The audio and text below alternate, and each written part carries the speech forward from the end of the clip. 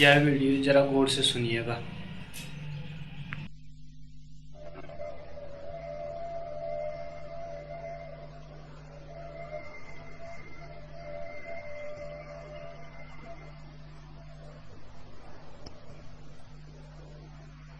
पहला प्रश्न। भगवान, उपनिषद कहते हैं कि सत्य को खोजना खड्ग की धार पर चलने जैसा है।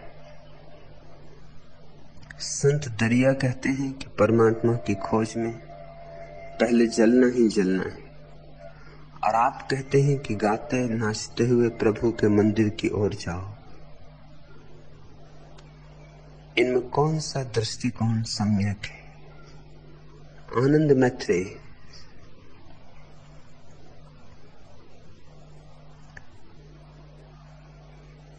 सत्य के बहुत पहलू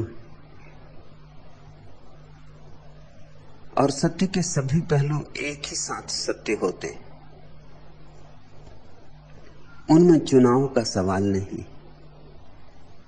जिसने जैसा देखा उसने वैसा कहा। उपनिषद की बात ठीक ही है, क्योंकि सत्य के मार्ग पर चलना जोखिम की बात है, बड़ी जोखिम। क्योंकि भीड़ असत्य में डूबी और तुम सत्य के मार्ग पर चलोगे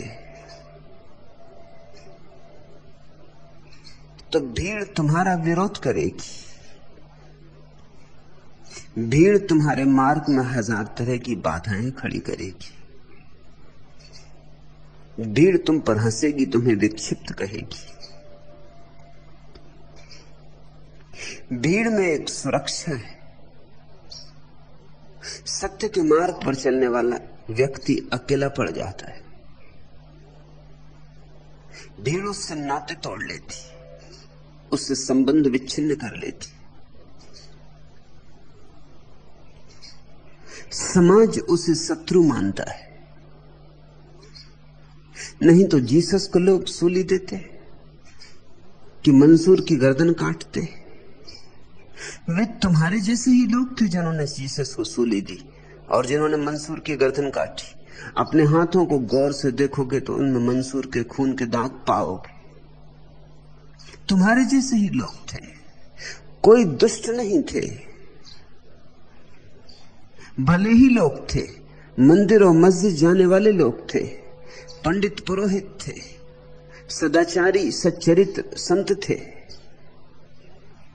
जिन्होंने जीसस को सूली दी वो बड़े धार्मिक लोग थे, और जिन्होंने मंसूर को मारा उन्हें भी कोई अधार्मिक नहीं कह सकता। लेकिन क्या कठिनाई आ गई। जब भी आंख वाला आदमी अंधों के बीच में आता है तो अंधों को बड़ी अड़चन होती। आंख वाले के कारण उन्हें यह भूलना मुश्किल हो जाता है कि हम अंधे। अहंकार को चोट लगती, छाती में घाव हो जाते। न होता ये आंख वाला आदमी, न हम अंधे मालूम पड़ते। इसकी मौजूदगी अखरती। ये मिट जाए तो हम फिर लीन हो जाएं अपने अंधेपन में और मानने लगे कि हम जानते हैं, हमें दिखाई पड़ता है। जब जानने वाला कोई व्यक्ति पैदा होता है तो जिन्होंने थोथे ज्ञान के अंबार लगा रखे हैं उन्हें दिखाई पड़ने लगता है कि उनका ज्ञान थोथा है, उनका ज्ञान लाश है। उसमें सांसें नहीं चलती, हृदय नहीं धड़कता, लहू नहीं बहता। उन्हें दिखाई पड़ने लगता है उन्होंने फूल जो है बाजार से खरीद लाए हैं, झूठे हैं, कागजी हैं, प्लास्टिक के। असली गुलाब का फूल ना हो तो अड़चन पैदा नहीं होती, क्योंकि तुलना पैदा नहीं होती। बुद्धों का जन्म तुलना पैदा कर देता है। तुम अंधेरे घर में रहते हो, तुम्हारा पड़ोसी भी अंधेरे घर में रहता है और पड़ोसियों के पड़ोसी भी अंधेरे घर में रहते हैं। तुम निश्चिंत हो गए हो, तुम्हें अंधेरे से कोई अड़चन नहीं। तुमने मान लिया कि अंधेरा ही जीवन का ढंग है, शैली है, जीवन ऐसा ही है, अंधेरा ही है, ऐसी तुम्हारी मान्यता हो गई। फिर अचानक तुम्हारे पड़ोस में किसी ने अपने घर का दिया जला लिया। अब या तो तुम भी दिया जलाओ तो राहत मिले, या उसका दिया बुझाओ तो राहत मिले। और दिया जलाना कठिन, दिया बुझाना सरल। और दिया जलाना कठिन इसलिए भी कि कितने कितने लोगों को दिए जलाने पड़ेंगे, तब राहत मिलेगी। और बुझाना सरल, क्योंकि एक ही दिया बुझ जाए तो फिर अंधेरा स्वीकृत हो जाए। उपनिषद ठीक कहते हैं, सत्य के एक पहलू की तरफ इशारा है कि सत्य के मार्ग पर चलना तलवार की धार पर चलने जैसा है। और संत दरिया भी ठीक कहते हैं कि परमात्मा की खोज में जलना ही जलना है। विरह की अग्नि के बिना निखरोगे भी कैसे? जब तक विरह में जलोगे नहीं, तपोगे नहीं, राख न हो जाओगे विरह में, तब तक तुम्हारे भीतर मिलन की संभावना पैदा ही नहीं होगी। विरह में जो मिट जाता है वही मिलन के लिए हकदार होता है, पात्र होता है। मिटने में ही पात्रता है। और जलन कोई साधारण नहीं होगी, रोआ रोआ जलेगा, कण कण जलेगा, क्योंकि समग्र होगी जलन, तभी समग्र से मिलन होगा। ये कसौटी है, ये परीक्षा है, और ये पवित्र होने की प्रक्रिया है। यही प्रार्थना है, यही भक्ति है। तो दरिया भी ठीक कहते, ये दूसरा पहलू हुआ सत्य का, ये आंतरिक पहलू हुआ सत्य का। पहली बात थी जो बाहर से पैदा होगी, दूसरी बात है जो तुम्हारे भीतर पैदा होगी। समाज तुम्हें सताएगा, उसे सहा जा सकता है, कौन चिंता करता उसकी। ज्यादा से ज्यादा देह ही छीनी जा सकती है, तो देह तो छीन ही जाएगी। अपमान किया जा सकता है, तो नाम ठहरता ही कहां है इस जगत में। पानी पर खींची गई लकीर है, मिटी जाने वाला है। लोग पत्थर फेंकेंगे, गालियां देंगे, मगर ये सब साधारण बातें। जिसके भीतर लगन लगी सत्य की, वो इन सब के लिए राजी हो जाएगा। ये कुछ भी नहीं है, ये कोई बड़ा मूल्य नहीं है। भीतर की आग कहीं ज्यादा तड़फाएगी, धू धू कर जलेगी। अपने ही प्राण अपने ही हाथों जैसे हवन में रखती है। हजार बार मन होगा कि हट जाओ, अभी भी हट जाओ, अभी भी देर नहीं हो गई है, अभी भी लौटा जा सकता है। हजार बार संदेह खड़े होंगे कि क्या पागलपन कर रहे हो, क्यों अपने को जला रहे हो। सारी दुनिया मस्त है और तुम जल रहे हो। सारे लोग शांति से सोए और तुम जग रहे हो, और तुम्हारी आंखों में नींद नहीं, और तारे गिन रहे हो। और एक दिन हो तो चल जाए, दिन बीतेंगे, माह बीतेंगे, वर्ष बीतेंगे, और कोई भी पक्का नहीं कि मिलन होगा भी। यही पक्का नहीं है कि परमात्मा है। पक्का तो उसी को हो सकता है जिसका मिलन हो गया। मिलन जिसका नहीं हुआ है वह तो श्रद्धा से चल रहा है, होना चाहिए ऐसी श्रद्धा से चल रहा है, होगा ऐसी श्रद्धा से चल रहा है। झलकें दिखाई पड़ती हैं उसकी, सुबह उगते सूरज में, रात तारों भरे आकाश में, लोगों की आंखों में झलकें मिलती हैं उसकी। इतना विराट आयोजन तो इसके पीछे छिपे हुए हाथ होंगे, और इतना संगीतबद्ध अस्तित्व है तो इसके पीछे कोई छिपा संगीतज्ञ होगा। ऐसी मधुर वीणा बज रही है तो अपने से नहीं बज रही होगी। यह संयोग ही नहीं हो सकता। वैज्ञानिक कहते हैं जगत संयोग है, पीछे कोई परमात्मा नहीं। एक वैज्ञानिक ने इस पर विचार किया कि अगर जगत संयोग है तो इसके बनने की संभावना कैसे, कितनी है। उसने जो हिसाब लगाया वो बहुत हैरानी का है। उसने हिसाब लगाया है 20 अरब बंदर 20 अरब वर्षों तक 20 अरब टाइपराइटरों पर खटापट खटापट करते रहे तो संयोग है कि शेक्सपियर का एक गीत पैदा हो जाए। संयोग है। 20 अरब बंदर 20 अरब वर्षों तक 20 अरब टाइपराइटरों को ऐसे खटरपट खटरपट करते रहे तो कुछ तो होगा ही। लेकिन शेक्सपियर का एक गीत पैदा करने में इतनी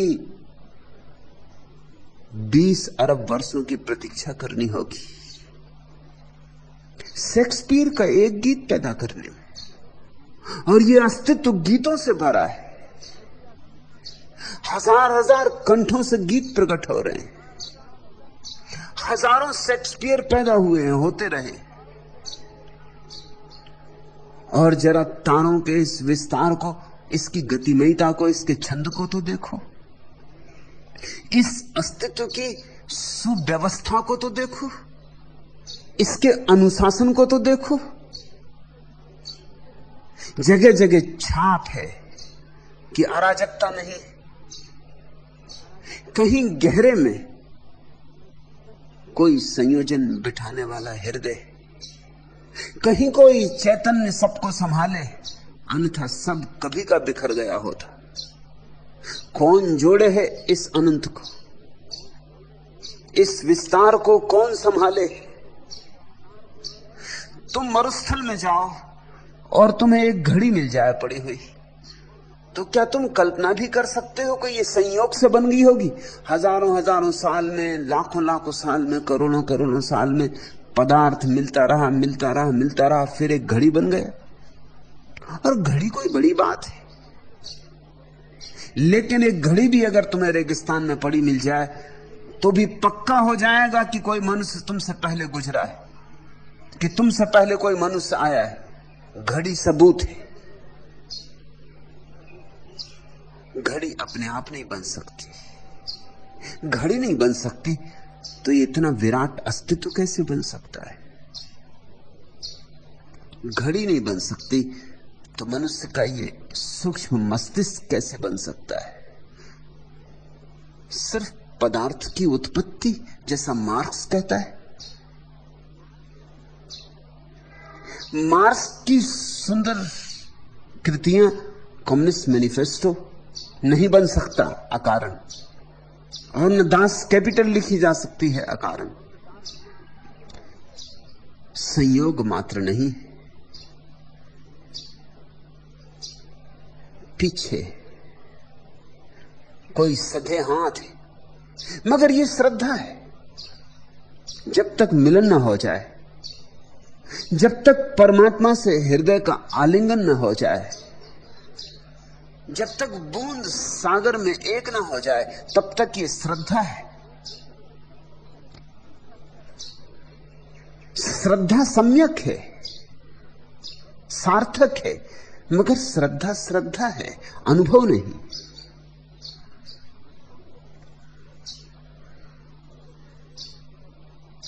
तो मिलन के पहले विरह की अग्नि तो होगी। और चूंकि मिलन की शर्त यही है कि तुम मिटो तो परमात्मा हो जाए। जब तक तुम हो परमात्मा नहीं, और जब परमात्मा है तब तुम नहीं। कबीर कहते हैं, हेरत हेरत है सखी रहा कबीर हेराए। चले थे खोजने, कबीर कहते हैं, और खोजते खोजते खुद खो गए। और जब खुद खो जाते हैं तभी खुदा मिलता है।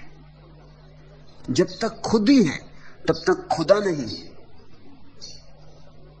तो जलन तो बड़ी है, अपने ही हाथों को से अपने को चिता पर चढ़ाने जैसी। साधारण प्रेम की जलन तो तुमने जानी। किसी से तुम्हारा प्रेम हो गया तो मिलने की कैसी आतुरता होती। 24 घड़ी सोते जागते एक ही धुन सवार रहती, एक ही स्वर भीतर बजता रहता, एक तारे की तरह। मिलना है, मिलना है, एक ही छवि आंखों में समाई रहती, एक ही पुकार उठती रहती। 1000 कामों में उलझे रहो, बाजार में, दुकान में, घर में, मगर रह रह के कोई हुक उठती रहती। साधारण प्रेम में ऐसा होता है। तो भक्ति की तो तुम थोड़ी कल्पना करो। करोड़ों करोड़ों गुनी गहनता, और अंतर केवल मात्रा का ही नहीं है, गुण का भी है। क्योंकि ये प्रेम तो क्षणभंगुर है जो इतना सताता है, जिससे आज प्रेम हो सकता है कल समाप्त हो जाए, जिसकी आज याद बुलाए नहीं भूलती, कल बुलाए बुलाए ना आए, ये भी हो सकता है। आज जिसे चाहो तो नहीं भूल सकते, कल जिसे चाहो तो याद ना कर पाओ, ये भी हो सकता। ये तो क्षणभंगुर है, ये तो पानी का बबूला है, ये इतना जला देता है। ये पानी का बबूला ऐसे फपोले उठा देता है आत्मा में। तो जब शाश्वत से प्रेम जगता है तो स्वभावतः सारी आत्मा दग्ध होने लगती। संत दरिया ठीक कहते, वह एक और पहलू हुआ सत्य का कि उसके मार्ग पर जलना ही जलना है। और चूंकि उपनिषद कहते हैं उसके मार्ग पर चलना खड्ग की धार पे चलना, और दरिया कहते हैं उसके मार्ग पे चलना अग्नि लगे जंगल से गुजरना है। इसीलिए मैं तुमसे कहता हूं नाचते जाना, गाते जाना, नहीं तो रास्ता काट ना पाओगे। जब तलवार पर ही चलना है तो मुस्कुरा के चलना। मुस्कुराहट ढाल बन जाएगी। नाच सको तो तलवार की धार मर जाएगी। गीत गा सको तो आग भी शीतल हो जाएगी। चूंकि उपनिषद सही, चूंकि दरिया सही, इसलिए मैं सही। जाओ नाचते गाते गीत गुनगुनाते। ये तीसरा पहलू। जब उस परमात्मा से मिलने चले हैं तो उदास उदास क्या। साधारण प्रेमी से मिलने जाते हो तो कैसे सच के जाते हो। देखा किसी स्त्री को अपने प्रेमी से मिलते जाते वक्त कितनी सजती, कितनी संवरती।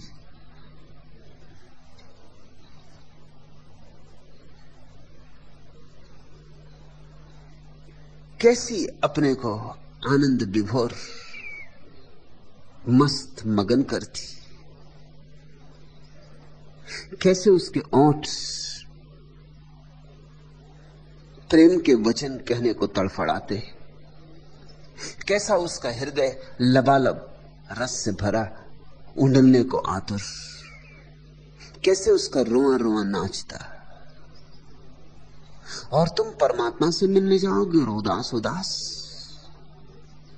उदास उदास। ये रास्ता तय नहीं हो सकता।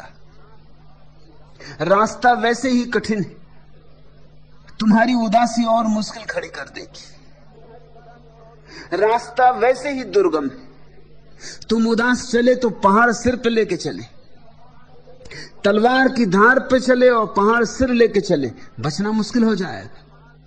जब तलवार की धार पर ही चलना है तो पैरों में घुंघरू बांधो। मीरा ठीक कहती, पद घुंघरू बांध मीरा नाची रे। जब तलवार पे ही चलना है तो पैर में घुंघरू तो बांध लो। मैं तुमसे कहता हूं अगर तुम्हारे पैरों में घुंघरू हो तो तुमने तलवार को बोथरा कर दिया। ओंठों पर गीत हो, मस्त अलमस्त, जैसे आषाढ़ के पहले पहले बादल घिरे और मत्त मयूर नाचता है, ऐसे तुम नाचते चलो। तलवारें ही तब फूलों की भांति कोमल हो जाएंगी, कांटे फूल हो जाएंगे। और तुमसे कहता हूं उत्सव मनाते चलो, क्योंकि उत्सव ही तुम्हें चारों तरफ शीतलता से घेर लेगा। फिर कोई लपट तुम्हें जला ना पाएगी। जंगल में लगी रहने दो आग, मगर तुम इतने शीतल होगे कि आग तुम्हारे पास आके शीतल हो जाएगी। अंगारे तुम्हारे पास आते आते बुझ जाएंगे, लपटें तुम्हारे पास आते आते फूलों के हार बन जाएंगी। उपनिषद सही, दरिया सही, मैं भी सही, इनमें कुछ विरोधाभास नहीं है। परमात्मा के संबंध में हजारों वक्तव्य दिए जा सकते हैं जो एक दूसरे के विपरीत लगते हो, फिर भी उनमें विरोधाभास नहीं होगा, क्योंकि परमात्मा विराट है, सारे विरोधों को समाये है, सारे विरोधों को आत्मसात किए हुए। उसमें फूल भी हैं और कांटे भी हैं, उसमें रातें भी हैं और दिन भी हैं, उसमें खुला आकाश भी है जब सूरज चमकता, और बदलियों से घिरा आकाश भी है जब सूरज बिल्कुल खो जाता। परमात्मा में सब है, क्योंकि परमात्मा सब है। उपनिषद सिर्फ एक पहलू की बात कहते, दरिया दूसरे पहलू की बात कहते। उपनिषद और दरिया भिन्न भिन्न बात नहीं कह रहे हैं। और उपनिषद में और दरिया में तो तुम थोड़ा संबंध भी जोड़ लोगे कि ठीक है, खडक की धार पे चलना कि जलना, इन दोनों में संबंध जुड़ता है। मैं तुमसे बहुत ही उल्टी बात कह रहा हूं। मैं कहता हूं नाचते हुए, गीत गाते हुए, उत्सव मनाते हुए प्रभु से मिलने चले हो, श्रृंगार करो, प्रभु से मिलने चले हो, बंधनवार बांधो। उस अतिथि को बुलाया, महा अतिथि को, द्वार पर स्वागत स्वागतम का आयोजन करो, रंगोली सजाओ।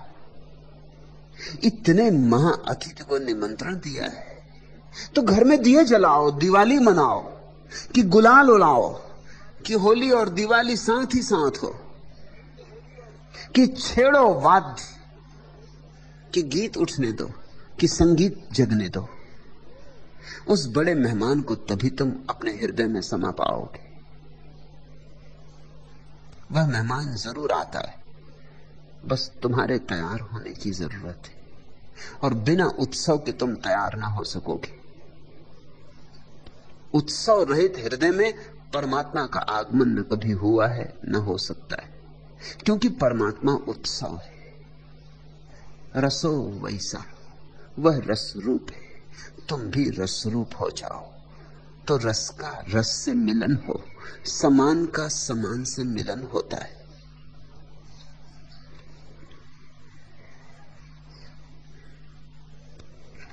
दूसरा प्रश्न, वो नगमा बुलबुले रंगी नवा एक बार हो जाए, कली की आंख खुल जाए, चमन बेदार हो जाए। निर्मल चैतन्य, वह गीत गाया ही जा रहा है, वह नगमा हजार हजार कंठों से गूंज रहा है। अस्तित्व का कण कण उसे ही दोहरा रहा है, उसका ही पाठ हो रहा है चारों दिशाओं में, अहिर्निश। और तुम कहते हो वो नगमा बुलबुले रंगी नवा एक बार हो जाए, वही है, बज रहा है। सब तारों पर वही सवार है, सब द्वारों पर वही खड़ा है। तुम कहते हो एक बार, वही बार बार हो रहा है। कली की आंख खुल जाए, चमन बेदार हो जाए, कलियां खिल गई, चमन बेदार है, तुम बेहोश। दोष कलियों को मत दो और दोष चमन को भी मत देना, और ये सोच के भी मत बैठे रहना कि वो गीत गाए तो मैं सुनने को राजी हूं। वह गीत गा ही रहा है, वह गीत है, वह बिना गाए रह ही नहीं सकता। कौन पक्षियों में गा रहा है, कौन फूलों में गा रहा है, कौन हवाओं में गा रहा है? अनंत अनंत रूपों में उसी की अभिव्यक्ति है। लेकिन अक्सर हम ऐसा सोचते, निर्मल चैतन्य ही ऐसा सोचते, ऐसा नहीं। अधिकतर लोग ऐसा ही सोचते कि एक बार परमात्मा हो दिखाई पड़ जाए, एक बार उससे मिलन हो जाए, और रोज तुम उससे ही मिलते हो मगर पहचानते नहीं। जिसमें भी आता है तुम्हारे द्वार वही आता है, मगर प्रतिविज्ञा नहीं होती।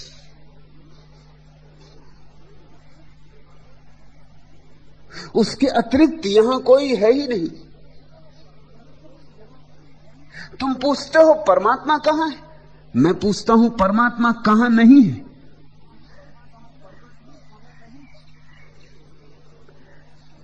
लेकिन हम बहाने खोजते, हम कहते हैं गीत बजता, जरूर हम सुनते।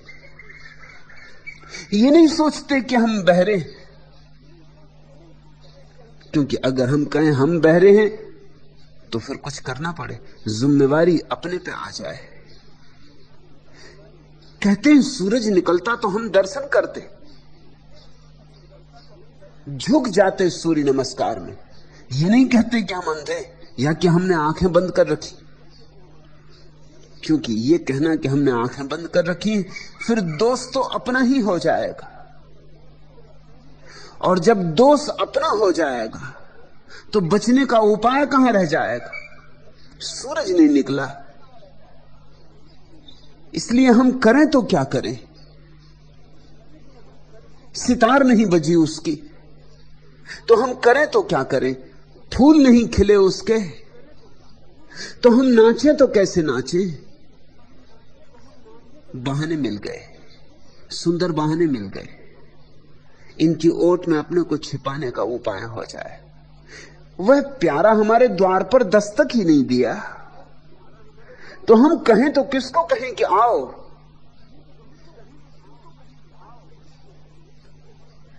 हम द्वार किसके लिए खोले? दस्तक तो दे। हम ये पलक पावड़े किसके लिए बिछाएं? उसका कुछ पता तो चले, कम से कम पग ध्वनि तो सुनाई पड़े। ये मनुष्य की तरकीबें, ये तरकीबें हैं अपने को बचा लेने की। ये तरकीबें हैं कि हम जैसे ही ठीक है, गलती है अगर कुछ तो उसकी। कली की आंख खुलती तो चमन तो बेदार होने को राजी था, कली की आंख नहीं खुलती, चमन बेदार कैसे हो? और मैं तुमसे कहता हूं, हजारों हजारों कलियों की आंखें खुली, चमन बेदार है। तुम सोए हो, सिर्फ तुम सोए हो। जिम्मेवारी है तो सिर्फ तुम्हारी है। ये तीर तुम्हारे हृदय में चुभ जाए कि जिम्मेवारी है तो सिर्फ मेरी। मैंने आंखें बंद कर रखी, मैंने कान वज्र बधिर कर रखे, तो क्रांति की शुरुआत हो गई, तो पहली किरण शुरू हुई, तो पहला कदम उठा। अब कुछ किया जा सकता है। अगर आंख मैंने बंद की है तो कुछ कर सकता हूं मैं, मेरे हाथ में कुछ बात हो गई, आंख खोल सकता हूं। जब हम दूसरे पे टाल देते हैं और जब हम अनंत पे टाल देते हैं तो हम निश्चिंत होकर सो रहते हैं। और एक करवट ले लो, कंबल को और खींच लो और थोड़ा सो जाओ। अभी सुबह नहीं हुई, जब सुबह होगी तब उठेंगे। और मैं तुमसे कहता हूं सुबह ही सुबह है, हर घड़ी सुबह है। सूरज निकला है, परमात्मा तुम्हारे द्वार पे दस्तक दे रहा है, तुम सुनते नहीं।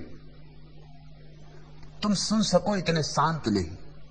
तुम्हारे भीतर बड़ा शोरगुल है, तुम्हारे भीतर बड़ा तूफान है, बड़ी आंधियां, बवंडर विचारों के, वासनाओं के।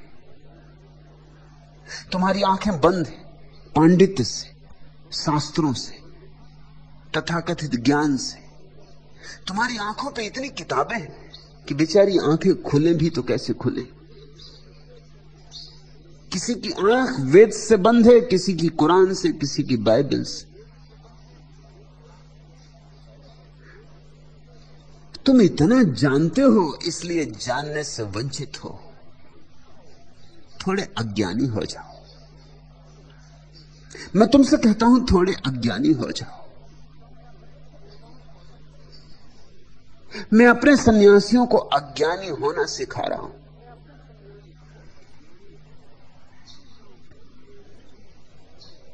छीन रहा हूं ज्ञान उनका, क्योंकि ज्ञान ही धूल है दर्पण पर। और ज्ञान छिन जाए और दर्पण कोरा हो जाए, निर्दोष जैसे छोटे बच्चे का मन, ऐसा निर्दोष, तो फिर देर नहीं होती, पल भर की देर नहीं होती। तत्क्षण उसकी पगध्वनि सुनाई पड़ने लगती, तत्क्षण द्वार पर उसकी दस्तक दिखाई पड़ने लगती, तत्क्षण सारा चमन बेदार मालूम होता है। मस्ती ही मस्ती, सब तरफ उसके गीत गूंजने लगते हैं। फिर तुम जहां भी हो मंदिर है, और जहां भी हो वहीं तीर्थ है। आंख से धूल हटे, और धूल ज्ञान की है। मुश्किल यही है, क्योंकि तुम धूल को धूल मानो तो हटा दो। अभी तुम धूल को समझ रहे हो सोना है, हीरे जवाहरात है, संभाल के रखे हो। इस जगत में सबसे ज्यादा कठिन चीज छोड़ना ज्ञान है। धन लोग छोड़ देते हैं, धन बहुतों ने छोड़ दिया है। घर द्वार छोड़ देते हैं, वह बहुत कठिन नहीं है। घर द्वार छोड़ना बहुत सरल है, क्योंकि कौन घर द्वार से ऊब नहीं गया है। सच तो यह कि घर द्वार में रहे आना बड़ी तपस्या है। हठ योगी पिट रहे हैं मगर रह रहे हैं। तुम उनको संसारी कहते हो और भगोड़ों को सन्यासी कहते हो। जो भाग गए कायर, उनको कहते हो सन्यासी। और बेचारे ये जो 100 जूते खाएं, तमाशा घुस के देखे, इनको तुम कहते हो कि संसारी। जूतों पे जूते पड़ रहे हैं, मगर उनके कान पे जू नहीं रेंगती, डटे हैं। हठयोगी कहता हूं मैं इनको। इनकी जिद्द तो देखो, इनका संकल्प तो देखो, इनकी दृढ़ता तो देखो,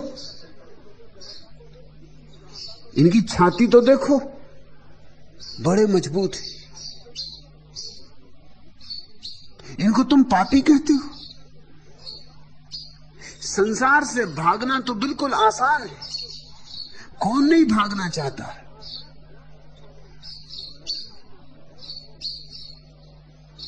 संसार में है क्या?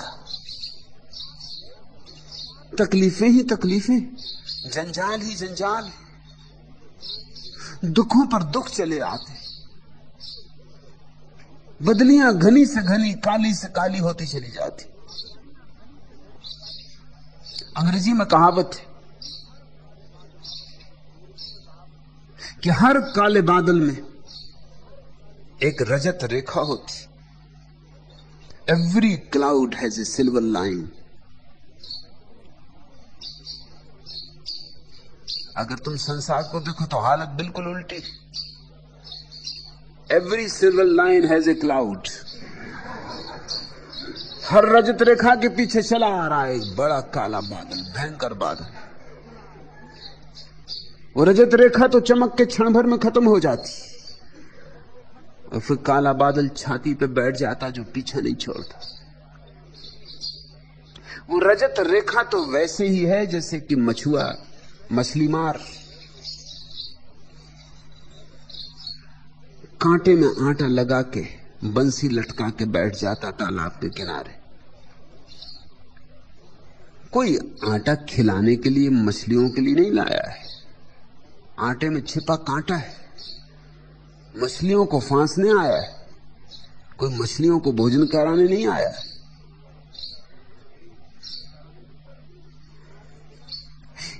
एक झील पर मछली मारना मना था, बड़ा तख्ता लगा था कि मछली मारना मना है, सख्त मना है, और जो भी मछली मारेगा उस पर अदालत में मुकदमा चलाया जाएगा। स्वभाव था उस झील में खूब मछलियां थी। मुल्ला नसरुद्दीन मजे से मछलियां मारने बैठा था वहां।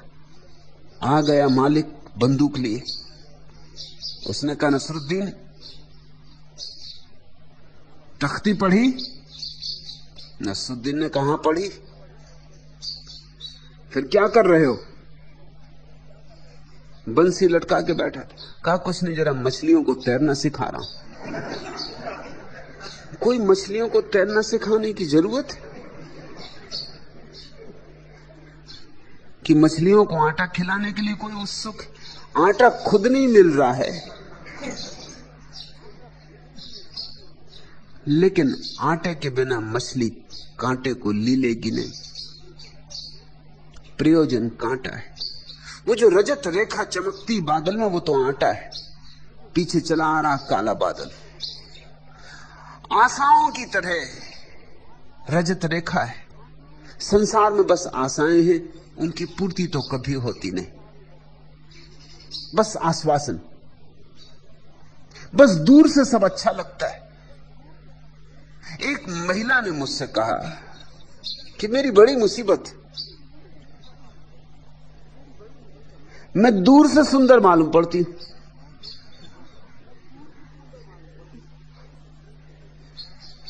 और बात सच थी। दूर से देखो तो बहुत फोटोजेनिक, चित्र उतारने की तबीयत हो जाए,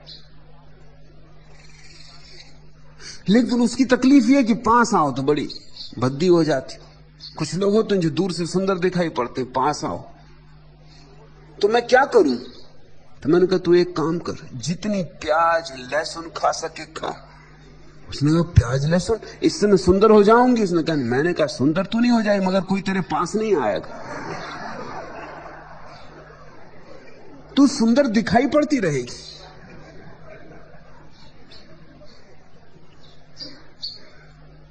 इस जगत में सब चीजें दूर से सुंदर दिखाई पड़ती,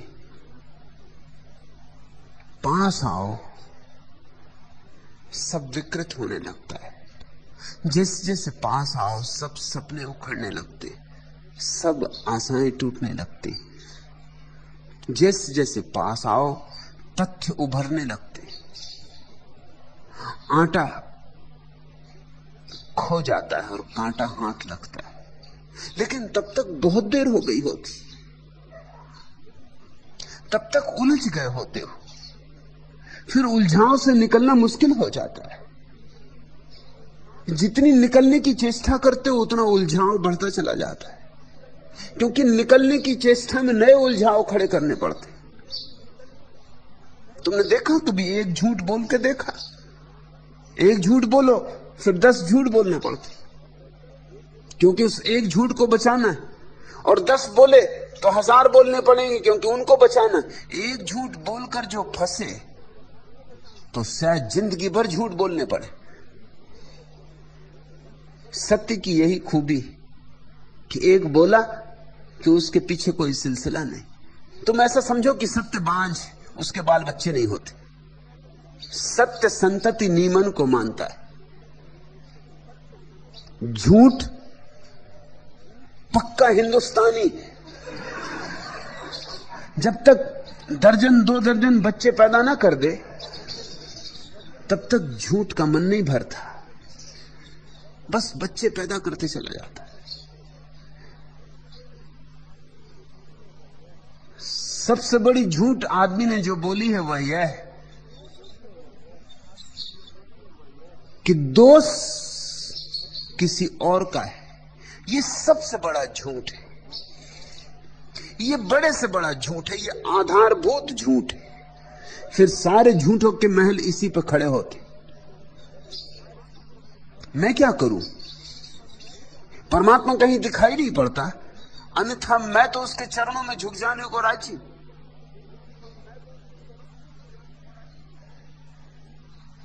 मैं क्या करूं?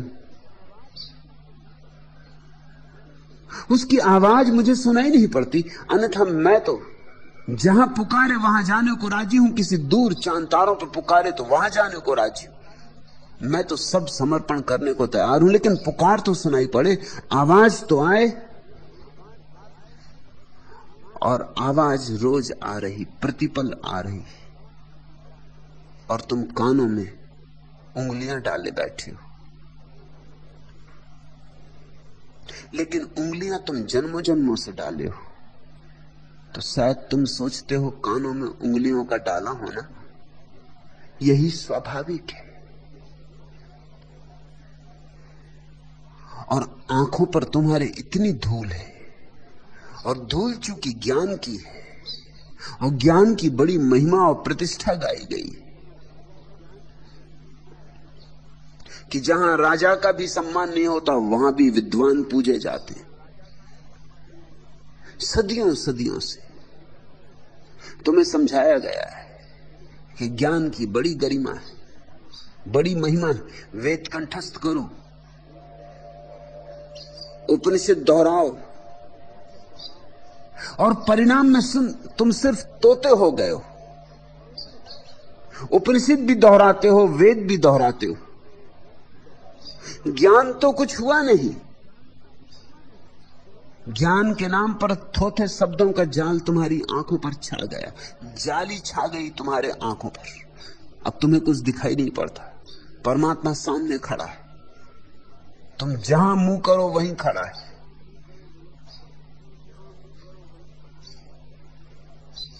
तुम उसके अतिरिक्त और किसी के संपर्क में कभी आते ही नहीं। तुम्हारी पत्नी में भी वही है, तुम्हारे पति में भी वही, तुम्हारे घर जो बेटा पैदा हुआ है उसमें भी वही फिर आया है, नया संस्करण उसका फिर। लेकिन आंख से जाली कटनी चाहिए। निर्मल चैतन्य, ज्ञान छोड़ो, ध्यान पकड़ो। दरिया ठीक कहते हैं, ध्यान हो तो ज्ञान अपने से जन्मता है। वह ज्ञान तुम्हारे भीतर से आएगा तभी ज्ञान है। जब तक बाहर से आए तब तक अज्ञान को छिपाने की प्रक्रिया है, और कुछ भी नहीं। सोचो बैठकर कभी, तुम जो भी जानते हो वो भीतर से आया है या बाहर से, और तुम बड़े चकित हो जाओगे। तुम पाओगे सब बाहर से आया, तो सब बेकार है। और बेकारी नहीं, बाधक, अड़चन। उतने का ही भरोसा करो जो तुम्हारे भीतर से आया हो, जो तुम्हारे ध्यान में उमगा हो, बस उसका ही भरोसा करना।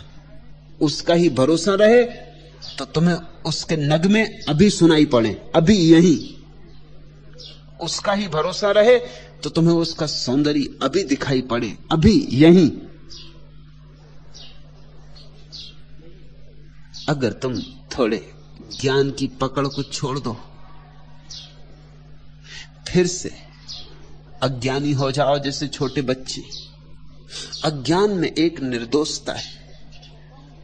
मैं तुमसे कहता हूं, पंडित नहीं पहुंचते, अज्ञानी पहुंचते। अज्ञानी से मेरा अर्थ है जिसने बाहर के ज्ञान को बिल्कुल इंकार कर दिया, और जो भीतर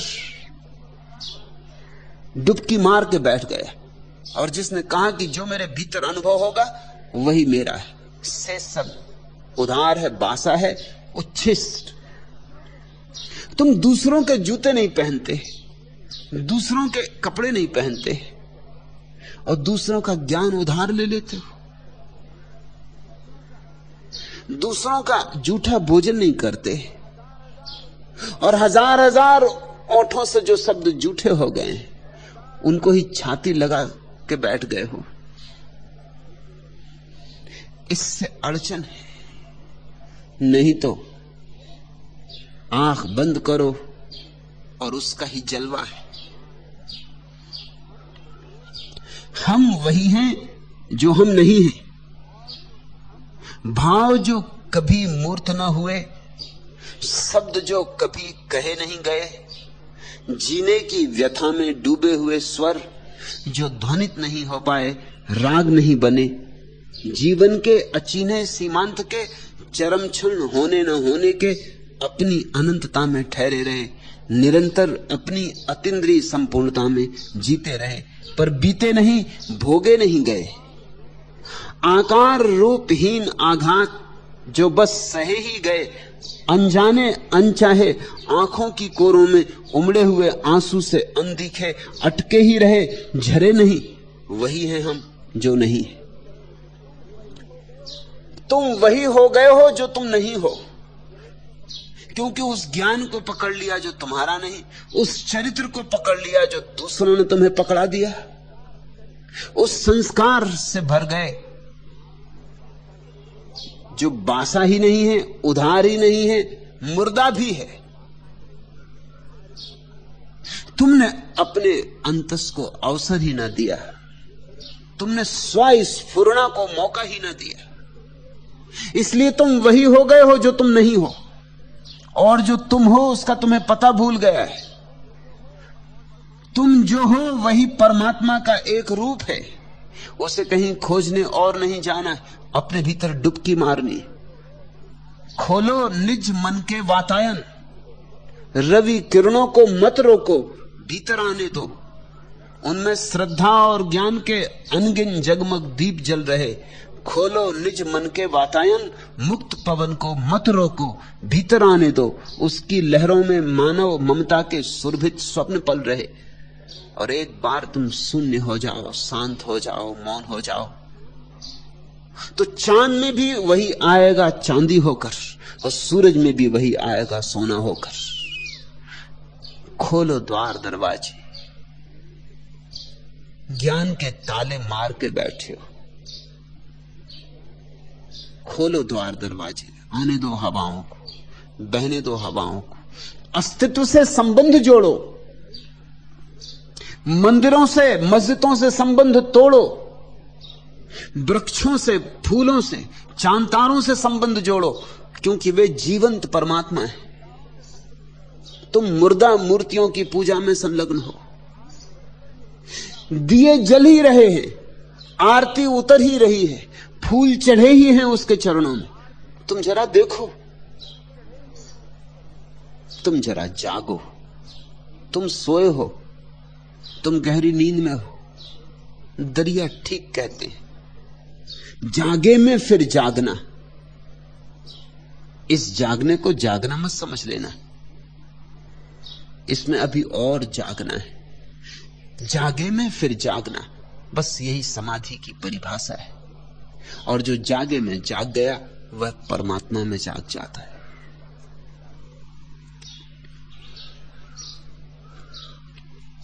तीसरा प्रश्न, भगवान आपको सुनता हूं तो लगता है कि पहले भी कभी सुना है, देखता हूं तो लगता है कि पहले भी कभी देखा है।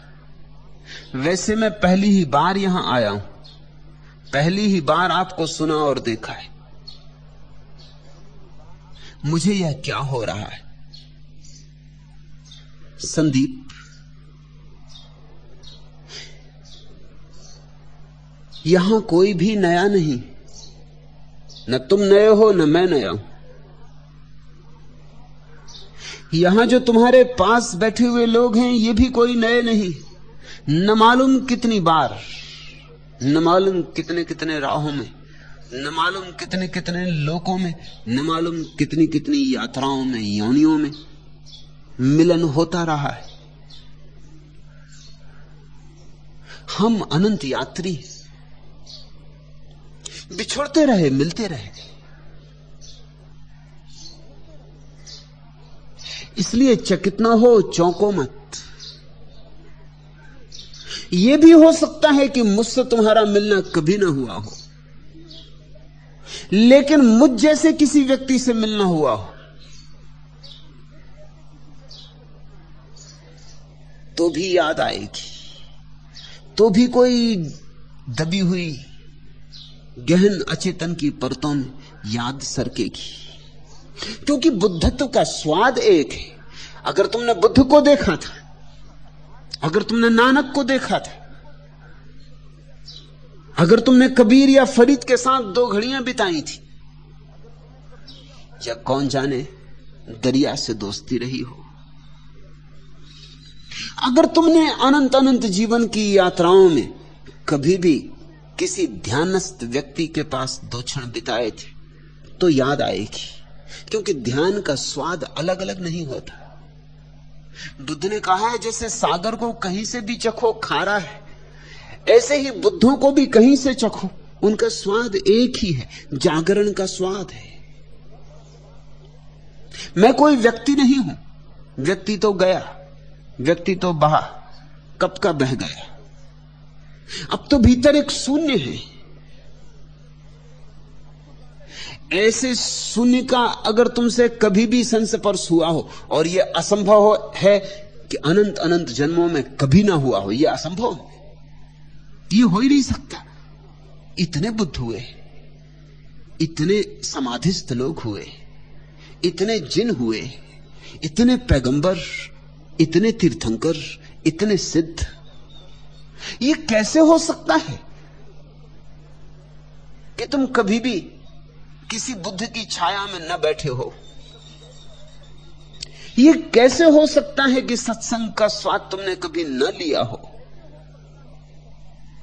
असंभव है। चाहे तुम्हारे बावजूद ही सही, कभी किसी राह पर 2 कदम तुम जरूर किसी बुद्ध के साथ चल लिए होगे। चूक गए, उस बार चूक गए, इस बार मत चूकना। इसलिए कोई याद तुम्हारे भीतर उठ रही, उभर रही। हम अनंत अनंत जीवन की स्मृतियां अपने भीतर लिए बैठे, भूल गए उन्हें, मगर वे मिटती नहीं। शरीर छूट जाता है, लेकिन चित्त साथ चलता है। शरीर तो एक बार जो मिला वो मिट्टी में गिर जाता है, लेकिन उसके भीतर चित्त अनुभवों का है, जो संग्रह है, वो नई छलांग ले लेता है, वो नया जन्म ले लेता है। शरीर का नया जन्म नहीं होता, मन का नया जन्म हो जाता है। इस बात को समझना, शरीर का नया जन्म हो ही नहीं सकता, क्योंकि शरीर मिट्टी, गिरा सो गिरा। और आत्मा का नया जन्म हो ही नहीं सकता, क्योंकि आत्मा शाश्वत है, ना उसका कोई जन्म है ना मृत्यु। फिर जन्म किसका होता है? दोनों के बीच में जो मन है उसका ही जन्म होता है। ये जो पुनर्जन्म का सिद्धांत है, मन के ही संबंध में लागू होता है, आत्मा के संबंध में लागू नहीं होता। आत्मा का क्या जन्म, न कोई मृत्यु न कोई जन्म। और शरीर का भी क्या जन्म क्या मृत्यु, शरीर तो मरा ही हुआ है। शरीर है मृत्यु, मरण धर्म, मिट्टी, उसका कोई जन्म नहीं होता न कोई मरण होता, वह तो मरा ही हुआ है। मरे की और क्या मौत होगी, और मरे का जन्म क्या हो सकता है। और आत्मा शाश्वत जीवन है, शाश्वत जीवन का कैसा जन्म और कैसी मृत्यु। दोनों के मध्य में एक कड़ी है मन की, वही मन यात्रा करता है, वही मन नए नए जन्म लेता है। उसी मन में तुम्हारे सारे जन्मों जन्मों के संस्कार हैं। उन संस्कारों में मनुष्यों के ही संस्कार नहीं है, जब तुम पशु थे उसके भी संस्कार है, जब तुम पक्षी थे उसके भी संस्कार है, जब तुम वृक्ष थे उसके भी संस्कार है, जब तुम एक चट्टान थे उसके भी संस्कार है। तुम्हारे भीतर अस्तित्व की सारी आत्मकथा है। तुम छोटे नहीं हो, तुम्हारी उतनी ही लंबी कथा है जितनी कथा अस्तित्व की। तुम अस्तित्व के सब रंग सब ढंग जान चुके हो, पहचान चुके हो, लेकिन हर जन्म के बाद विस्मरण हो जाता है। लेकिन फिर भी किसी गहरी अनुभूति के क्षण में, किसी प्रीति के क्षण में कोई स्मृति पंख फड़फड़ाने लगती। ऐसा ही कुछ हुआ होगा संदीप। तुम कहते आपको सुनता हूं तो लगता है पहले भी कभी सुना है।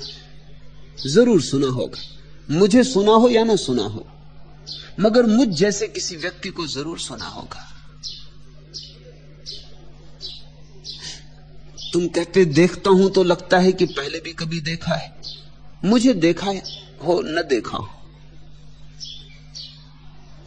लेकिन जरूर कोई जलता हुआ दिया तुमने देखा होगा। और जब कोई जलते दिए को देखता है तो मिट्टी के दिए पे थोड़ी नजर जाती, ज्योति पे नजर जाती। मिट्टी के दिए तो अलग अलग हो जाते हैं, लेकिन ज्योति तो एक ही है। ज्योति तो अलग अलग नहीं होती। तुम कहते हो वैसे मैं पहली बार ही यहां आया हूं। यहां पहली बार आए हो, लेकिन यहां जैसी जगह सदियों सदियों से जमीन पर सदा सदा रही, तीर्थ उठते रहे। क्योंकि जब भी कहीं कोई ज्योति जली तीर्थ बना, जब भी कभी कोई बुद्ध हुआ वहीं मंदिर उठा, जब भी कहीं कोई फूल खिला भंवरे आए, गीत गूंजे, नाच हुआ। जब भी कोई बांसुरी बजी प्राणों की तो रास रचा, राधा नाची।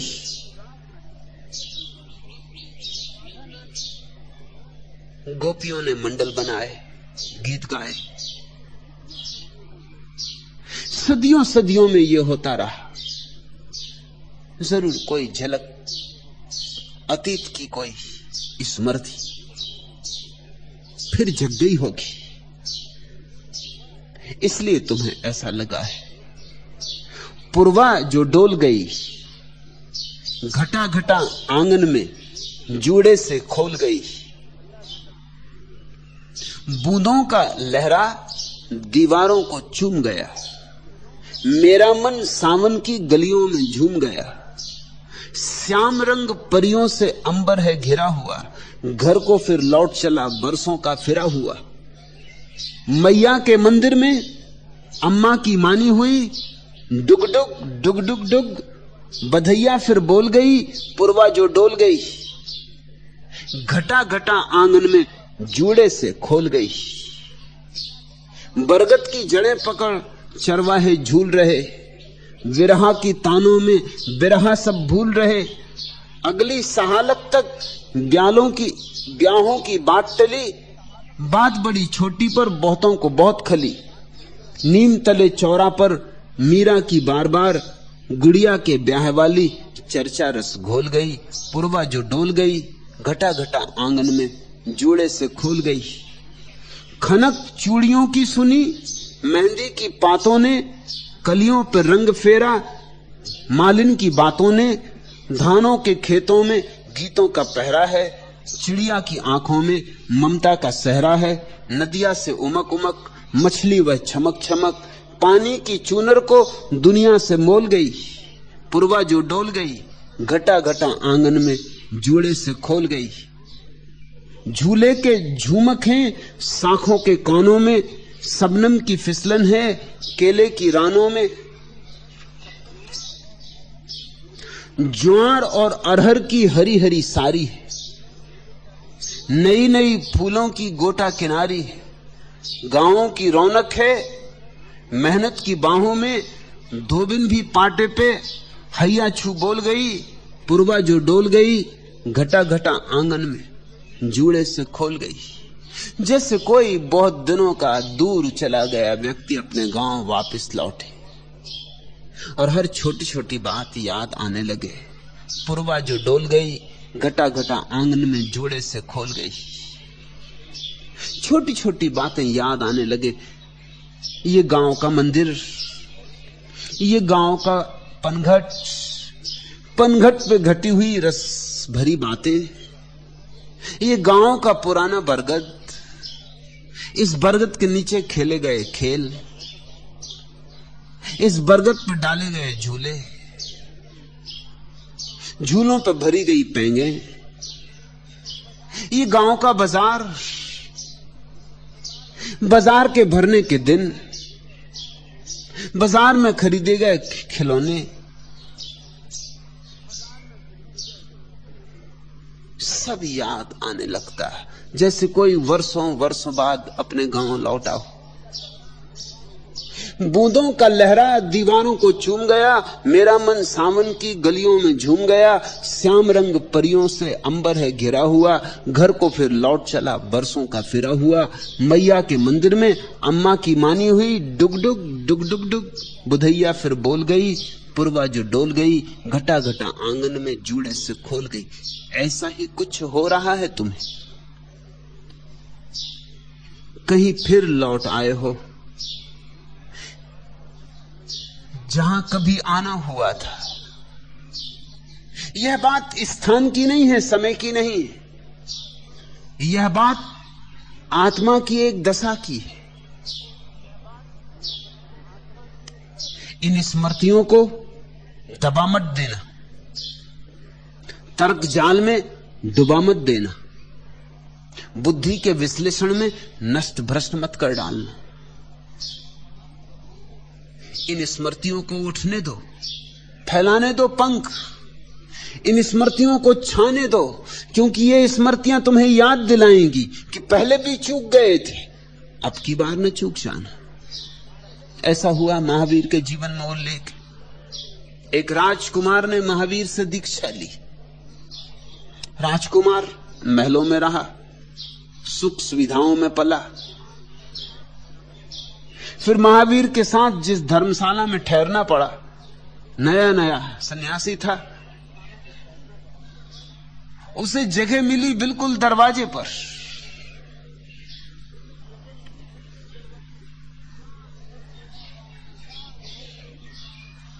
रात भर लोगों का आना जाना,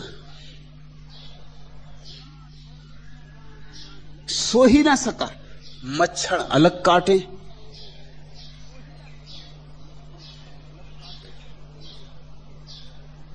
जमीन कड़ी, बिना बिस्तर के सोना, न तकिया पास, हाथ का ही तकिया। कभी ऐसे सोया नहीं था। और ऐसी बेहूदी जगह, धर्मशाला का दरवाजा जिस पे दिन भर भी लोग, रात भर भी लोग, फिर कोई आया, फिर किसी ने द्वार खटखटाया, फिर कोई मेहमान आया, फिर द्वार खोले गए, फिर मेहमान भीतर लिया गया। आधी रात थी, उसने सोचा ये क्या हुआ, ये मैं किस झंझट में पड़ गया। अच्छा भला घर था, सुख सुविधा थी, सुबह ही होते वापस लौट जाऊंगा।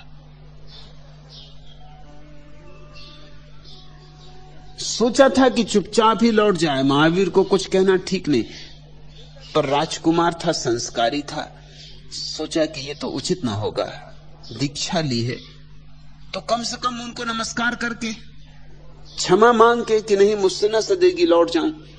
जैसे ही महावीर के पास पहुंचा, झुक के नमस्कार किया। महावीर ने कहा तो इस बार फिर लौट चले। बड़ा हैरान हुआ राजकुमार, उसने कहा इस बार? मैं तो पहली ही बार आपके पास आया हूं, क्या कभी पहले भी लौट गया हूं? महावीर ने कहा ये तुम दूसरी बार लौट रहे हो, मेरे पास नहीं आए थे पहली बार। मुझसे पहले जो तीर्थंकर हुए पार्श्वनाथ, उनके पास आए थे, और यही अड़चन, यही धर्मशाला का दरवाजा, यही एक हाथ का तकिया बना के सोना, यही मच्छर। जरा याद करो, महावीर ने ऐसे उकसाया जैसे कोई सिगरी में अंगारे को उकसाए, जरा झाड़ दी राख, एक स्मृति भभक के उठी, दृश्य खुल गया। एक क्षण को उसकी आंख बंद हो गई। याद आया कि हां, पार्श्वनाथ की प्रतिमा प्रकट हुई। याद आया कि हां, दीक्षित हुआ था, और याद आया कि बीच से ही लौट गया था। आंख आंसुओं से भर गई। महावीर के चरणों पर सिर रखा। महावीर ने कहा, अब क्या इरादा है, रुकते हो कि जाते हो? उस राजकुमार ने कहा, अब जाना कैसा? धन्य भागी हूं कि आपने याद दिला दी। धन्य भागी हो तुम कि तुम्हें याद आ रही, बिना मेरे दिलाए तुम्हें याद आ रही, सो और भी धन्य भागी हो। भाग गए होगे पहले कभी, आते आते पास दूर छिटक गए होगे, बनते बनते साथ छूट गया होगा, किसी नाव पर चढ़ते चढ़ते उतर गए होगे, कोई द्वार खुलते खुलते बंद हो गया होगा। हंस हंस कर मैं भूल चुका हूं आशा और निराशा को, रो रो कर मैं भूल चुका हूं सुख दुख की परिभाषा को। भूल चुका हूं सब कुछ, केवल इतना मुझको याद रहा, बनते देखा मिटते देखा अपनी ही अभिलाषा को। नहीं आज तक देख सका हूं निज धुंधले अरमानों को, नहीं आज तक सुन पाया हूं उड़ के अस्फुट गानों को। अरे देखना सुनना उसका जिसका हो अस्तित्व यहां, प्रेम मिटा देता है पल में अपने ही दीवानों को। देखें किसमें कितनी तृष्णा, किसमें कितनी ज्वाला है, निर्जीवों के इस समूह में जीवित कौन निराला है। आज हलाहल छलक रहा है पीड़ित जग की आंखों में, सुधा समझकर कौन यहां पर उसको पीने वाला है। देखें किसमें अमिट साध है, किसमें अक्षत आशा है, मिट मिट कर फिर बनने वाली किसमें नव अभिलाषा है। आज मौन निस्पंद पड़ा है विश्व मृत्यु की तंद्रा में, जीवन का संदेश सुनाने वाली किसकी भाषा है। देखें किसके ओर में गति है, श्वासों में उच्छ्वास यहां, किसके वैभव के अंतर में है अक्षय विश्वास यहां। आज विकृत सीमित है जग के जीवन का उन्मुक्त प्रवाह, इस असीम में लहराता है किसका पूर्ण विकास यहां। किस गति से प्रेरित हो अविकल बहता है सरिता का जल, किस इच्छा से पागल होकर लहरें उठती मचल मचल। कलकल ध्वनि में छलक रहा है किस अभिलाषा का संगीत, लय होने को प्रेम ढूंढता है असीम का वक्षस्थल। किस तृष्णा से आकुल होकर पीहू पीहू रटता है चातक, किस प्रिय का आह्वान कर रही कुहू कुहू सुर में कुहू अथक। कलरव के उन सप्त स्वरों में है किससे मिलने की साध, ढूंढ रहा अस्तित्व पूर्णता के सपने की एक झलक। आंख मूंद कर बढ़ते जाना एक नियम दीवानों का, सिर न झुकाना लड़ते जाना एक नियम मर्दानों का। श्वासों में गति उर में गति है यहां प्रगति ही एक नियम, गति बनना गति में मिल जाना एक नियम गतिवानों का। मैं एक चुनौती हूं, एक आह्वान, झकझोरता हूं तुम्हें, पूछता हूं तुमसे, आंख मूंद कर बढ़ते जाना एक नियम दीवानों का, सिर न झुकाना लड़ते जाना एक नियम मर्दानों का। श्वासों में गति उर में गति है यहां प्रगति ही एक नियम, गति बनना गति में मिल जाना एक नियम गतिवानों का। चूके हो पहले, इस बार न चूकना। डर तो लगता है, सत्संग भय तो लाता है। अरे देखना सुनना उसका जिसका हो अस्तित्व यहां, प्रेम मिटा देता है पल में अपने ही दीवानों को। प्रेम तो मिटाता है, प्रेम तो जलाता है, लेकिन जिसमें हिम्मत है, जिसमें साहस है, वह हंसते हुए जलता है, वह हंसते हुए मिटता है। और जो हंसते हुए मिट जाए वह उसे पा लेता है जिसका फिर कभी मिटना नहीं होता है। देखें किसमें अमिट साध है, किसमें अक्षत आशा है, मिट मिट कर फिर बनने वाली किसमें नव अभिलाषा है। देखें किसके ओर में गति है, श्वासों में उच्छ्वास यहां, किसके वैभव के अंतर में है अक्षय विश्वास यहां। मैं एक अवसर हूं कि तुम्हें मिटा दूं, जैसे मैं मिट गया हूं वैसे तुम्हें मिटा दूं। भागने का मन बहुत होगा, बचने की बहुत चेष्टा होगी, स्वाभाविक है वह मन, वह चेष्टा, लेकिन स्वभाव से ऊपर उठने में ही मनुष्य की गरिमा है। स्वभाव के अतिक्रमण में ही मनुष्य की दिव्यता है। संदीप, चिंता मत करना, तुम पूछते हो मुझे यह क्या हो रहा है, तुम सोचते हो कि मैं कोई पगला तो नहीं रहा हूं, कोई मस्तिष्क खराब तो नहीं हो रहा है, यहां पहले कभी आया नहीं, लगता है पहले आया हूं, पहले कभी देखा नहीं, लगता है पहले देखा है, पहले कभी सुना नहीं, लगता है सुना है। कहीं मेरा मस्तिष्क डमाडोल तो नहीं हुआ जा रहा है, कहीं मैं अपना संयम, अपना नियंत्रण तो नहीं खोए दे रहा हूं। ऐसा विचार उठना स्वाभाविक है, लेकिन इस विचार से ही जो अटक जाते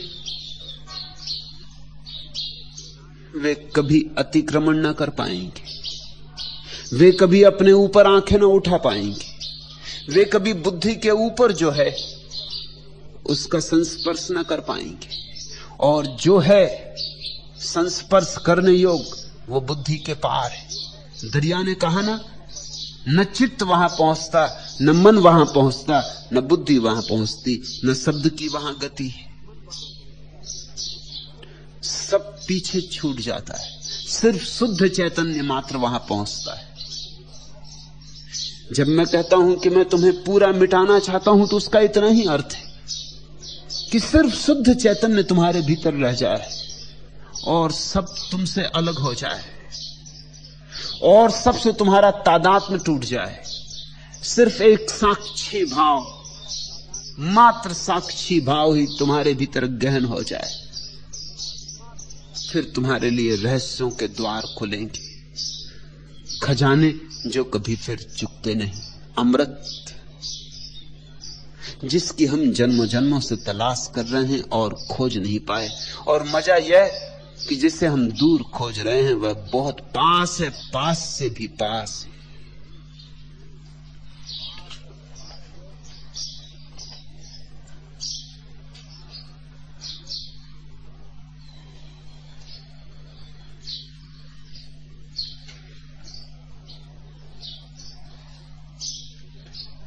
चौथा प्रश्न, आप कुछ कहते हैं, लोग कुछ और ही समझते हैं, यह कैसे रुकेगा?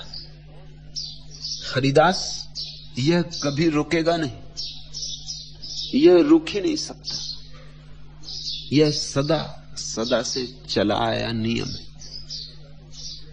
रघुकुल रीत सदा चली आई।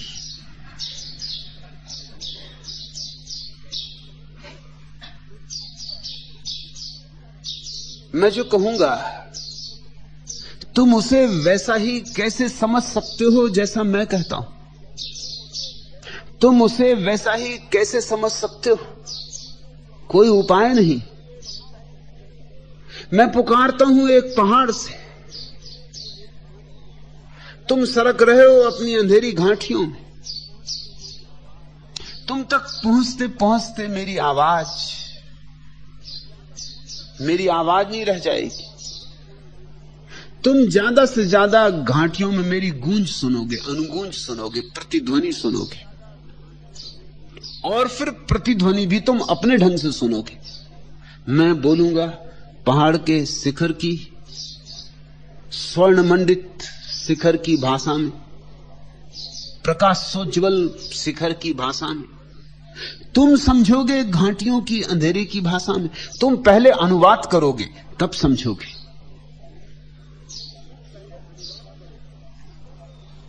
एक भाषा से दूसरी भाषा में अनुवाद करने में ही बहुत कुछ खो जाता है।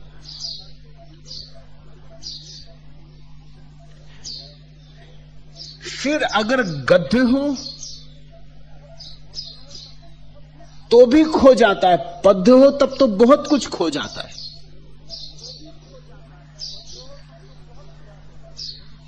लेकिन ये तो मामला उन भाषाओं का है जो एक ही सतह की हैं, घाटी की भाषाएं। एक कोने में एक भाषा बोली जाती, घाटी के दूसरे कोने में दूसरी भाषा बोली जाती, लेकिन दोनों गुणात्मक रूप से अंधेरे की भाषाएं।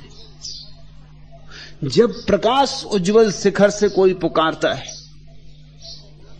तो भाषाओं का अंतर बहुत बड़ा है, गुणात्मक अंतर है। आकाश को पृथ्वी पर लाना,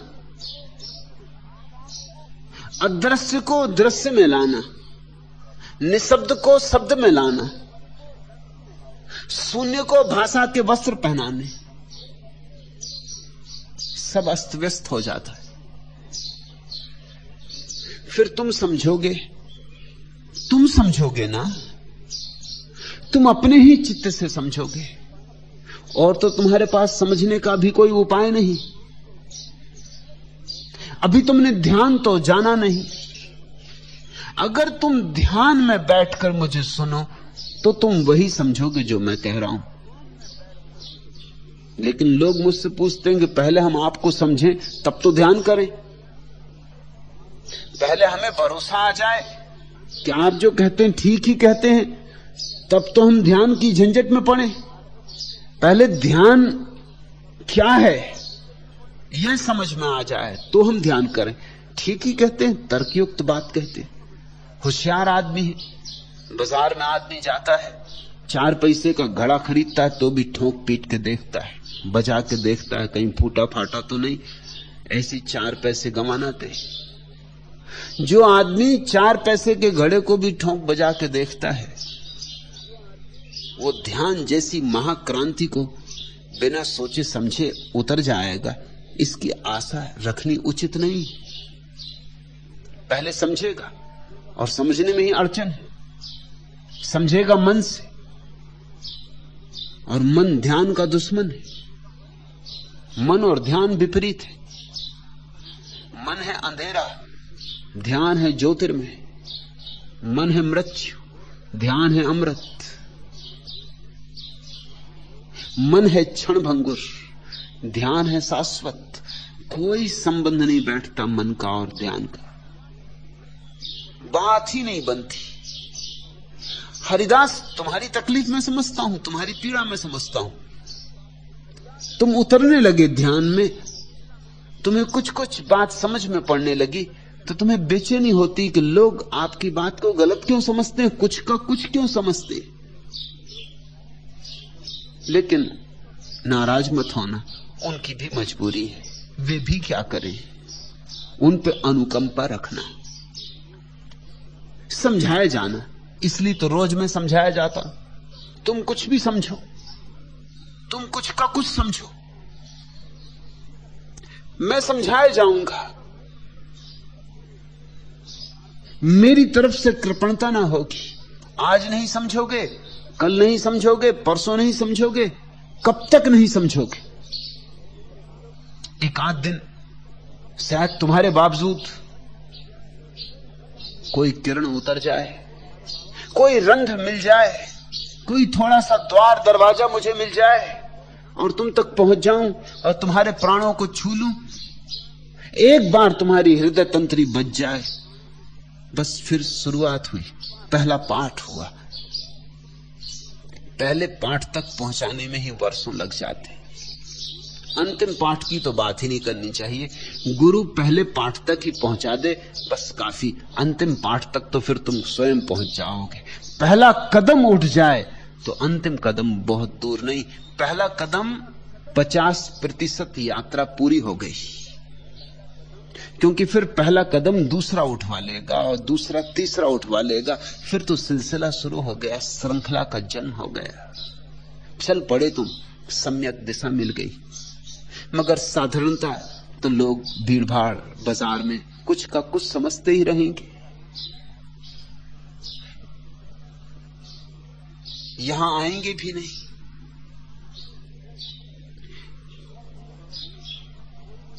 मुझसे सीधा सुनेंगे भी नहीं, कोई उन्हें सुनाएगा, उसने भी किसी से सुना होगा।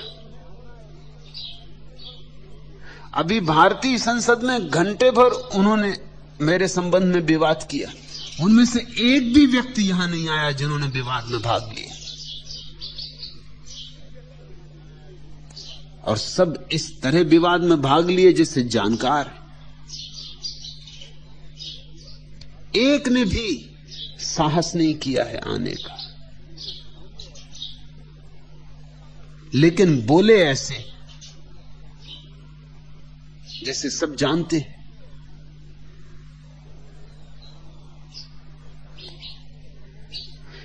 जैसे मैं जो कह रहा हूं उसको समझते हैं, जैसे मैं जो यहां कर रहा हूं उसकी उन्हें पहचान है। अफवाहों को लोग सुनते हैं, अफवाहों से लोग जीते,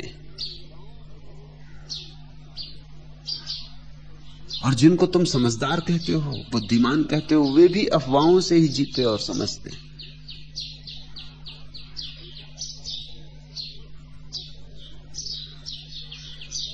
मुल्ला नसरुद्दीन से उसका एक मित्र बहुत परेशान हो गया था, क्योंकि मुल्ला ने उससे कुछ रुपया उधार लिया था।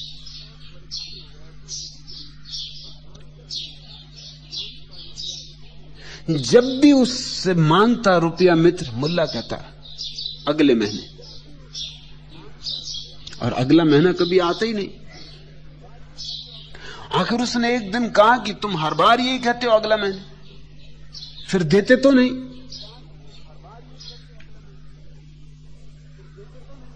तो मुल्ला हंसने लगा। उसने कहा तुम्हें यह समझ में नहीं आता कि अगर देना ही होता तो अगले महीने पे क्यों टालते। और फिर मैं हमेशा अगले महीने पे टालता हूं। मेरी संगति देखी, अपने वचन पर प्रतिबद्ध, अगले महीने ही दूंगा। जो बात कह दी, वचन का पक्का हूं, इस वचन को कभी खंडित ना करूंगा। मित्र आखिर थक गया, वर्षों गुजर गए, सैकड़ों तकाजों के बावजूद भी जब मुल्ला ने रुपया वापस करने का नाम नहीं लिया, तो एक दिन मित्र ने कहा अब तो मेरा इंसानियत पर से विश्वास ही उठ गया। मुल्ला नसरुद्दीन ने तत्परता से कहा भाई, पर से विश्वास उठ जाए तो कोई बात नहीं, मित्रता पर से विश्वास नहीं उठना चाहिए।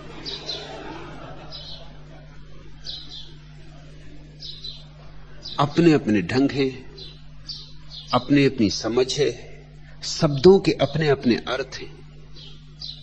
एक कवि का विवाह हुआ, प्रथम मिलन में ही कवि ने बड़े प्यार से अपनी बीबी से कहा मेरी एक कविता सुनोगी। बीबी तत्काल बोली छोड़िए भी, कोई अच्छी बात करिए।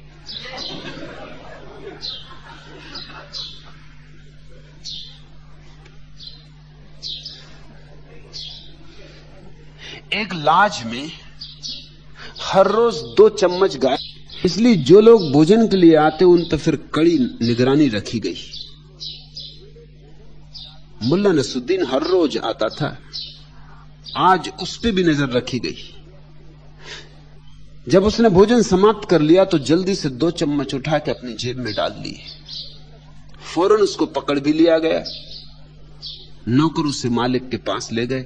मालिक ने कहा बड़े मियां, आप देखने से तो बड़े भोले भाले मालूम पड़ते, फिर आपको ये चोरी क्या शोभा देती? मुल्ला नसरुद्दीन ने अपनी जेब में से कागज निकालकर मालिक को दिया।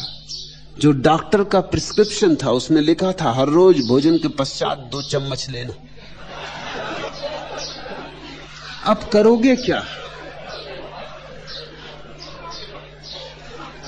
लोग तो वैसा ही समझेंगे जैसा समझ सकते। तुम पूछते हो, आप कुछ कहते हैं, लोग कुछ और ही समझते हैं। स्वाभाविक, जरा भी इसमें कुछ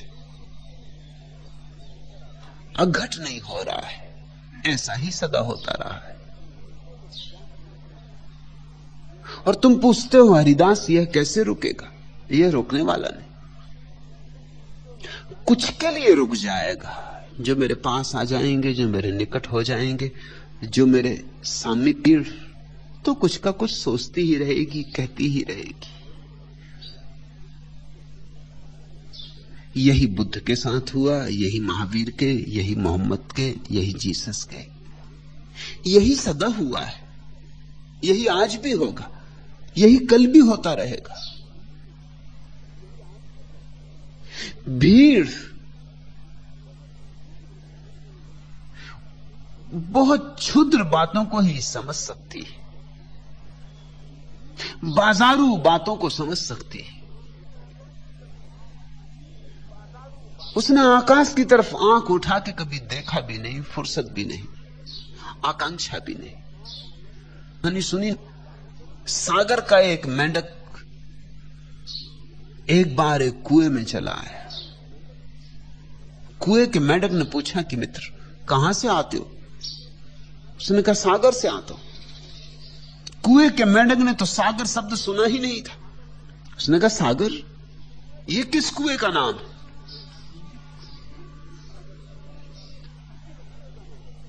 सागर से आया मेंढक हंसने लगा। उसने कहा यह कुएं का नाम नहीं। तो सागर क्या है? बड़ी मुश्किल हुई सागर के मेंढक को कैसे समझाए सागर क्या है। कुएं का मेंढक कभी कुएं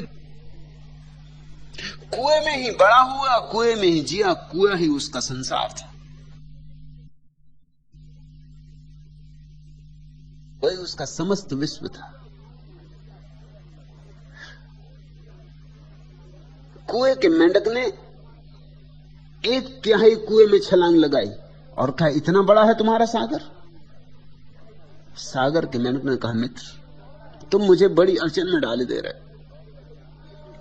सागर बहुत बड़ा है, तो उससे कैसे समझाऊं, तुम्हें कैसे बताऊं?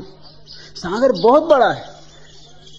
तो उसने पूरे कुएं में एक कोने से दूसरे कोने तक छलांग लगाई। उसने कहा इतना बड़ा है तुम्हारा सागर? और जब सागर के मेंढक ने कहा ये तो कुछ भी नहीं है, अनंत अनंत गुना बड़ा है,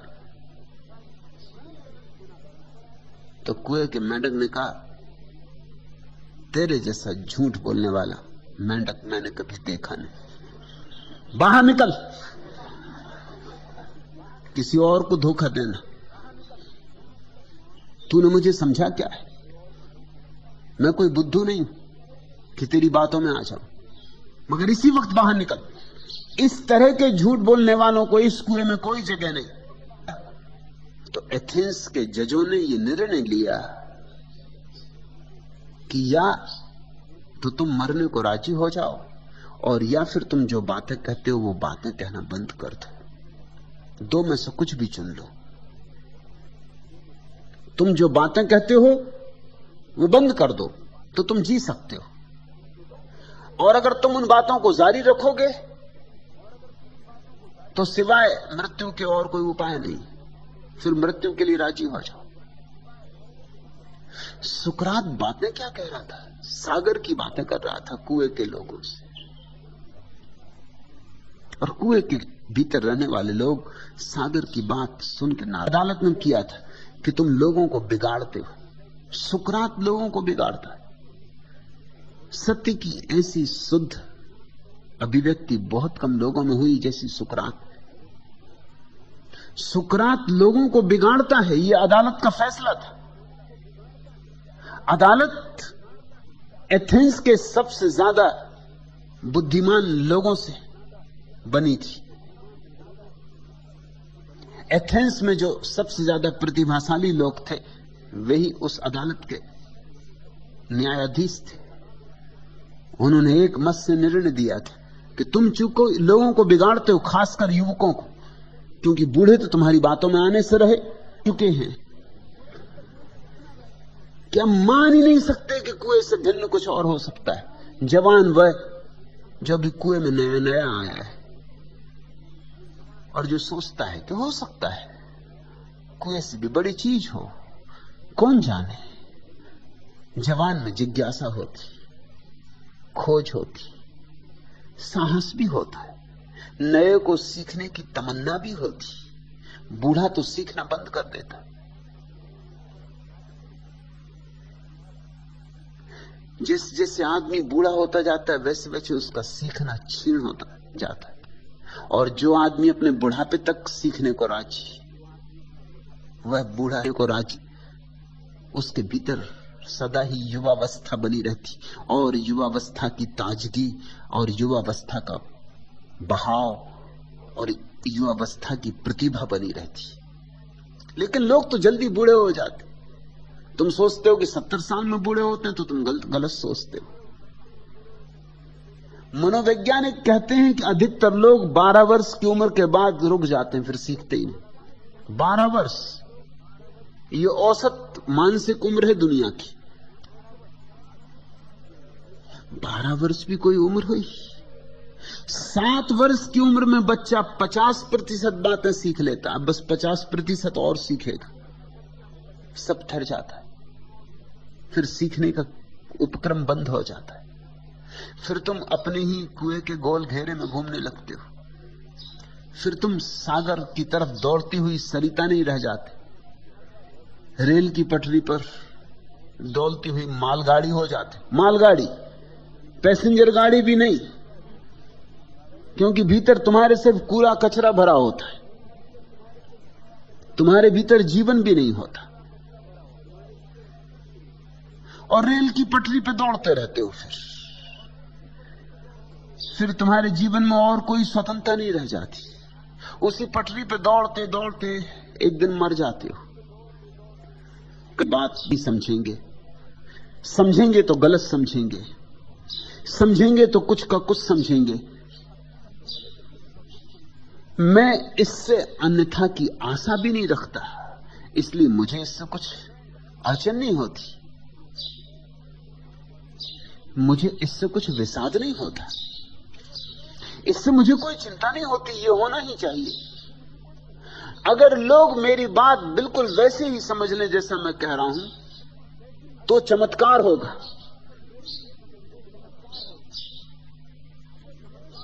ऐसा चमत्कार न तो कभी हुआ है न हो सकता है। अभी मनुष्य से इतनी आशा करनी असंभव है। इतनी हसीन आग है ये, जल के देखिए। तनकर खड़ी हैं चोटियां जो टूट जाएंगी। बेहतर है इस हवा में आप ढल के देखिए। गल गल के बहे जा रहे हैं धूप में पहाड़। गलना भी एक जिंदगी है, गल के देखिए। फूलों से रंगी गंध है, गंधों से रंगी धूप। साए हैं उड़ रहे किसी आंचल के देखिए। कल तक तो फूल भी न खिल सके थे बाग के, तिनके भी आज हैं खड़े, खिल खिल के देखिए। मगर ये अनुभव की बात। आओ पास, चखो मुझे, पियो मुझे। आंख खोलने को राजी नहीं, फिर कैसे उन्हें समझाओ? समझाए जाऊंगा, 100 को समझाऊंगा, 10 सुनेंगे,